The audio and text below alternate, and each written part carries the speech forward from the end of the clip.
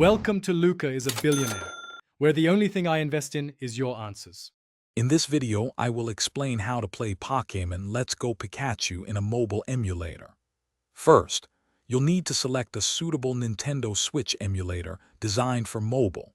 It's crucial to verify that your phone or tablet has sufficient processing power and memory to run the emulator smoothly. Always download the application from its official website or a reputable app store to avoid security risks. Next, you'll need the game files. Legally obtain the Pokémon Let's Go Pikachu ROM. Additionally, you'll require the Nintendo Switch BIOS files, which are essential for the emulator to function correctly. Once you have both, carefully place them into the designated folders within your emulator's directory structure.